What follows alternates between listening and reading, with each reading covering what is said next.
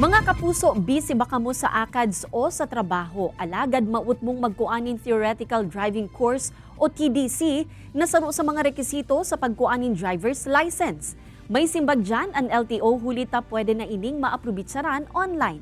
Kung paano, aramunta sa report ni Chris Novello. Makuanakan sa iyang driver's license ang estudyanteng si Clark Vance. Sa Pamplona pasubot siya nagkuasin nag-atendir ng 15 hours theoretical driving course na saro sa mga rekisito sa pagkuaning driver's license. Makioras subot ang theoretical driving course para sa iya na sarong estudyante. Mas makakabawas sa kunyari gipit ka itong garo dahil ka makakaduman sa site mismo.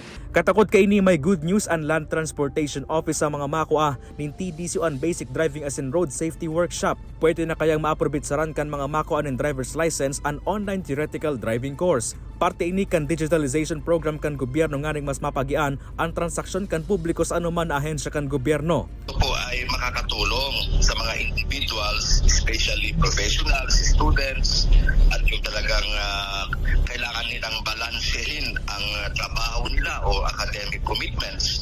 Kailangan nila ng flexibility. Kinakaipuan sana na magpasiring sa portal kan ahensya nganing maka-avail kay ini. Apwera sa mga estudyante asin mga obrero na may ng oras na magatindir ng TDC on-site, mabibenepisyaran man kay ini ang mga OFW. Ang technology-aided na lakdang na ini kan ahensya, dalan man subot nganing mainaan ang fixers. Bawasan, eradicate yung mga fixers kasi wala nang wala nang human intervention. Yung mismong nag-apply ng student permit o theoretical driving course muna bago sa mag-student permit ay diretso na po ito sa technology, sa computer po. Kay Banan si Jovel Obiso, Chris Novello, Balitang Bicolandia.